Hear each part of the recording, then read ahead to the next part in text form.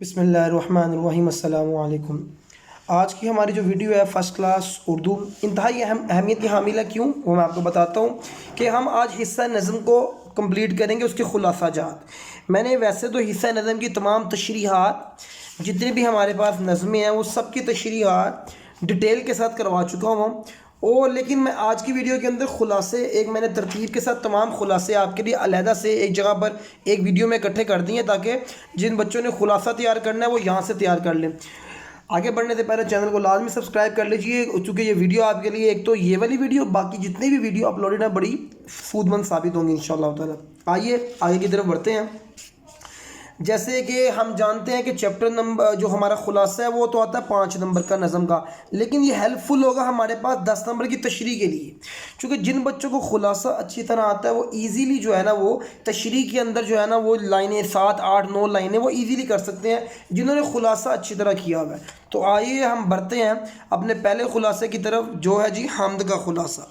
شاعر کا نام ہے حفیظ طیب، اور یہ ہمارے پاس بورڈ کے اہم خلاصہ جات ہیں۔ آپ اہم اس ان سینس کہ اگر ہم سارے ہی کر لیں گے تو ہماری وہ سیف سائڈ کے طور پر آ جائے گا۔ تو شاعر کا نام ہم لکھتے ہیں حفیظ طیب، اس کے نمبر تو کوئی نہیں ہے، بٹ یہ کہ اچھا امپیکٹ جو ہے نا وہ پڑتا ہے۔ اس کائنات میں کس کی حکمرانی ہے؟ اس کائنات میں کس کی حکمرانی ہے؟ کون سی ذات ہے جس کی طاقت، قدرت، خوبصورتی ہر جگہ عیاں ہے، ہر جگہ نظر آ رہی ہے؟ آسمان پر جو ستاروں کا جھرمٹ نظر آتا ہے، پہاڑوں کی جو بلندیوں میں کس ذات بابرکت کی نشانیاں عیاں ہیں؟ عیاں کا مطلب ہوتا ہے واضح ہیں۔ وہ کون سی ذات ہے جس کی طلب میں لوگ سب کچھ قربان کرنے کو تیار ہیں؟ کس کی یاد میں طیب ہر وقت غمزدہ رہتا ہے؟ تمام مخلوقات اس کے دیدار اور ملاقات کی متلاشی ہیں۔ یہ دیکھیے نا، اب میں آپ کو اگر حمد کو دکھاؤں تو اس کے اندر میں نے آلموسٹ ہر لائن کو جو ہے نا وہ واضح کیا ہے کہ کس کا نظام رہنما ہے افق افق، کس کا دوام گونج رہا ہے افق افق، شان جلال کس کی عیاں ہے جبل جبل، یہ پہاڑوں کا ذکر آ گیا، اس کے بعد یہ ستاروں کا ذکر آ گیا، یہ پھر اس کے بعد اس کی رحمت کا ذکر آ گیا، پھر اہل محبت کا ذکر آ گیا، اور اینڈ کے اندر جو ہے نا وہ طیب کا ذکر آ گیا۔ سو اب ہمارے پاس جو دوسری نظم ہے وہ ہے جی ہماری، اچھا اس کے ساتھ ساتھ میں نے اس کی ایکسرسائز بھی ساری کمپلیٹ کی ہوئی ہیں، پلے لسٹ میں تمام ویڈیو جو ہے نا تفصیل کے ساتھ موجود ہے، لازمی جا کر دیکھیے۔ دوسرا شاعر نظم جو حمد ہے، حمد جو ہے وہ سید نفیس الحسینی نفیس نے لکھی ہے۔ شاعر کا نام میں نے یہاں پر آپ کے لیے لکھ دیا ہے۔ آپ صلی اللہ علیہ وآلہ وسلم کی ذات ببرکت جیسا کوئی نہیں۔ یاد رکھیے کہ یہ جو درود ہے نا اس کو مکمل لکھا کیجیے، یہ آپ اپنی عادت بنا لیجیے، جب بھی حمد کا ذکر آئے کہیں پر بھی آپ صلی اللہ علیہ وسلم کا نام ہے پورا درود لکھا کیجیے۔ آپ جیسا بابرکت اعلیٰ خاندان والے تھے، 2 جہانوں کی محفل آپ صلی اللہ علیہ وسلم کے لیے سجائی گئی۔ آپ صلی اللہ علیہ وسلم کو معراج کی رات اللہ تعالیٰ نے ملاقات کا شرف بخشا۔ آپ صلی اللہ علیہ وآلہ وسلم کی ذات حق کا پیغام، آپ صلی اللہ علیہ وسلم کی ذات حق کا پیغام لے کر آئی۔ آپ کو لیلۃ القدر جیسی بابرکت رات سے نوازا گیا۔ آپ صلی اللہ علیہ وسلم کی تعریف کے لیے میرے پاس الفاظ ہی نہیں ہیں۔ آپ صلی اللہ علیہ وسلم کے جو 4 خلفاء ہیں، یعنی جو آپ صلی اللہ علیہ وسلم کے جو خلفاء تھے وہ آپ کے جو جانشین بھی تھے سب عدل والے تھے۔ آپ صلی اللہ علیہ وآلہ وسلم سر سے پاؤں تک نفیس ترین انسان تھے۔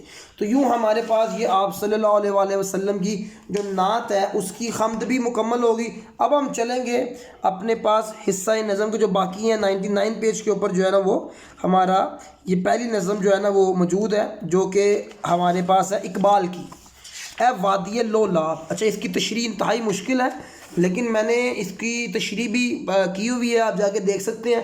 تشریح جو بچہ دیکھ لے گا تو اس کے لیے خلاصہ بھی آسان ہو جائے گا، اور خلاصے کی مدد سے پھر تشریح جو ہے نا وہ واضح ہو جائے گی۔ تو ہم جو ہے نا اس کی خلاصہ دیکھ لیتے ہیں۔ بیسیکلی اس کا میں آپ کو مفہوم بتا دیتا ہوں تاکہ پھر آپ کے لیے خلاصہ یاد کرنا بھی آسان ہو۔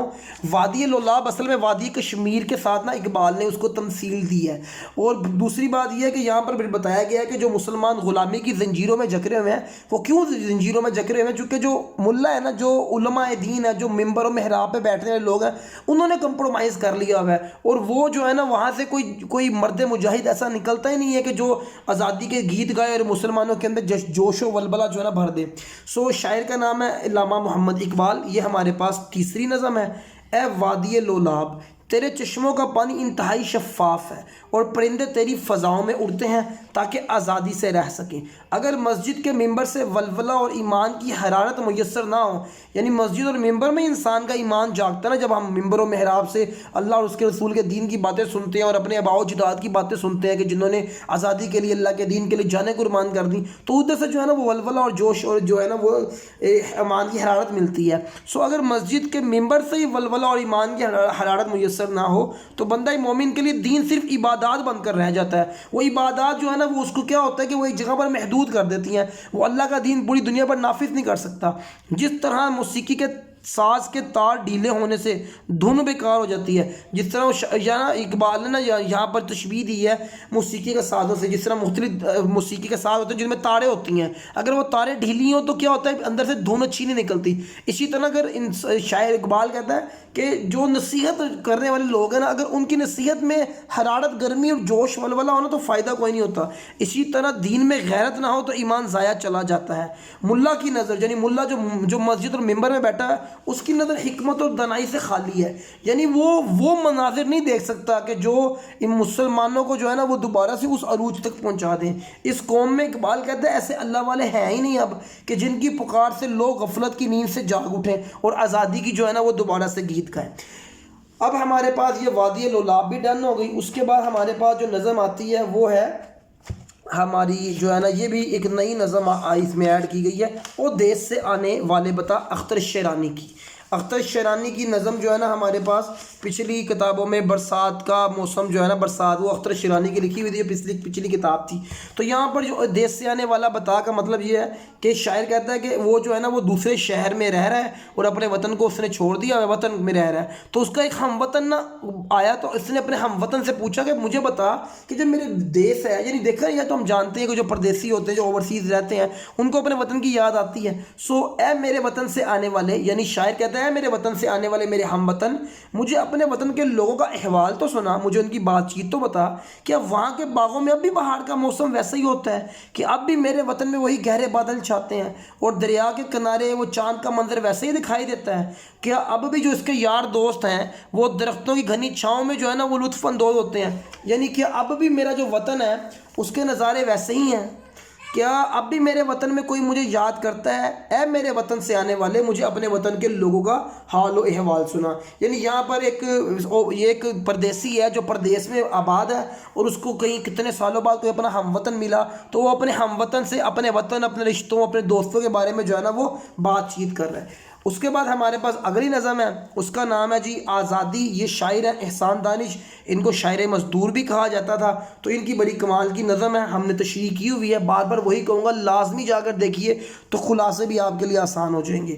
آزادی کی جد و جہد کرنا عبادت کی طرح ہے، یعنی وہ کہتے ہیں، اچھا احسان دانش جو ہے نا یہ اس ایرا کے ہیں کہ جب غلامی کی زنجیر تھی، انگریزوں کی حکومت تھی، مسلمان غلامی کے اندر تھے، تو یعنی یہ اسی دور کا جو ہے نا وہ سارا کچھ ہے۔ پھر اس کے بعد انہوں نے آزادی والا دور بھی دیکھا، پاکستان بننے کے بعد کا دور بھی انہوں نے دیکھا ہوا ہے۔ دونوں ادوار دیکھے ہیں، پہلا ادوار جس کے اندر وہ غلامی تھی، دوسرا جب مسلمان نے پاکستان حاصل کر لیا، لیکن انہوں نے آزادی کا وہ دور نہیں دیکھا۔ وہ کہتے ہیں کہ آزاد ہونے کے بعد بھی ہمیں بولنے کی آزادی نہیں ہے، چونکہ پاکستان میں ماشاء اللہ لگ گیا تھا اور اسی طرح فوجی نظام حکومت ہے، تو وہ ساری وہ جو ایک فریڈم آف اسپیچ تھا، جو یہ ساری بند کر دی گئے تھے۔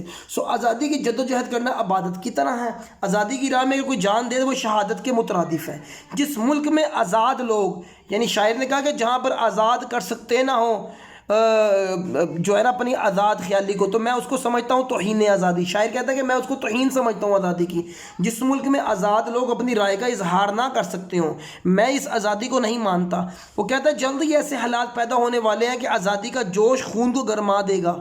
ہم لوگوں نے لاکھوں جانوں کی قربانی دے کر، یعنی پاکستان کہاں پر بنا ہے؟ لاکھوں جانوں کی قربانی کے بعد بنا ہے، لیکن حقیقی آزادی اب بھی حاصل نہیں۔ یہ پری پارٹیشن کی بات کر رہے ہیں، پوسٹ پارٹیشن کی۔ مجھے پوری دنیا کی آزادی کی خواہش ہے۔ شاعر کہتا ہے کہ مجھے صرف اپنے وطن کی آزادی نہیں، پوری دنیا کے لوگوں کی آزادی، تاکہ میں ان کو بتا سکوں کہ اصل میں آزادی کا مطلب کیا ہے۔ ہم ان کو بتائیں گے کہ اصل میں آزادی کیا ہے۔ اور اس کے بعد یہ ہمارے پاس سیکنڈ لاسٹ نظم ہے جس کا نام ہے اخلاص۔ شاعر کا نام ہے رحمان بابا، پروفیسر طاہا نے اس کا ترجمہ کیا تھا، اور اس کے جو ہم نے ہماری بک میں اس کا ترجمہ ہے، چونکہ رحمان بابا پشتو کے شاعر تھے۔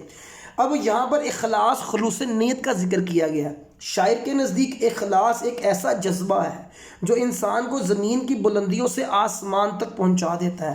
اگرچہ ترقی کی منزلیں بڑی مشکل ہوتی ہیں، لیکن جو خلوص والے لوگ ہوتے ہیں نا، جو خلوص نیت سے کام کرتے ہیں، ان کا عمل لمحوں میں بلندیوں کو تک سفر کر لیتا ہے۔ اور ہر چیز فنا ہو جائے گی، لیکن خلوص سے کیا جانے والا عمل تا قیامت قائم رہے گا۔ اسلام اصل میں اخلاص سے عبادت کا نام ہے۔ محبت اخلاص کی بدولت قائم کی جا سکتی ہے۔ رحمان کا کلام میں جو آپ کو مٹھاس نظر آتی ہے نا، وہ اخلاص ہی کی بدولت ہے۔ تو الحمدللہ یہ دیکھیے میں نے آپ کے لیے ایک ہی ویڈیو کے اندر تمام جتنے بھی خلاصہ جات ہیں وہ مکمل کر دی ہیں۔ اسی طرح باقی تمام سبجیکٹس کے کنٹینٹ بھی اویلیبل ہیں۔ اگر جو ہے نا آپ کو پرسنل جو ہے نا اسسٹنس لینا چاہتے ہیں، کلاسز آن لائن اویلیبل ہیں۔ ویسے بھی نمبر مینشن کر دیتا ہوں، لیکن یہ جو نمبر ہم نے مینشن کیا ہے اس پر آپ لازمی جو ہے نا کانٹیکٹ کر سکتے ہیں، کوئی کیوری بھی اور کلاسز کے لیے بھی۔ باقی چینل پر تمام چیزیں آلریڈی اپلوڈڈ ہیں، اور آپ لوگ دیکھتے رہیے۔ انشاءاللہ تعالی ہم سلیبس کو جو ہے نا تمام سبجیکٹس کا ادھر کور بھی کروائیں گے۔ لائیو کلاسز ہوں گی جس کے اندر انشاءاللہ تعالی پورا سبجیکٹ جو بک ہے اس کو ہاف پورشن کر کے یا 4 پورشن میں باقاعدہ 2-3 گرینڈ کینڈی کلاسز چلیں گی، ایک میراتھن چلے گی جس کے اندر آپ کا سلیبس کور کروایا جائے گا۔ یہ خیر فیوچر کی باتیں ہیں، لیکن انشاءاللہ ہماری پائپ لائن کے اندر ہیں۔ ابھی فی الحال آپ ان ویڈیو کو دیکھ کر اپنے سلیبس کو گریپ میں کیجئے، دین ٹیسٹ سیشن میں اور ریویژن کے اندر ہم پھر ساری چیزوں کو ڈسکس کریں گے۔ نیکسٹ ویڈیو میں ملتے ہیں۔ اللہ حافظ۔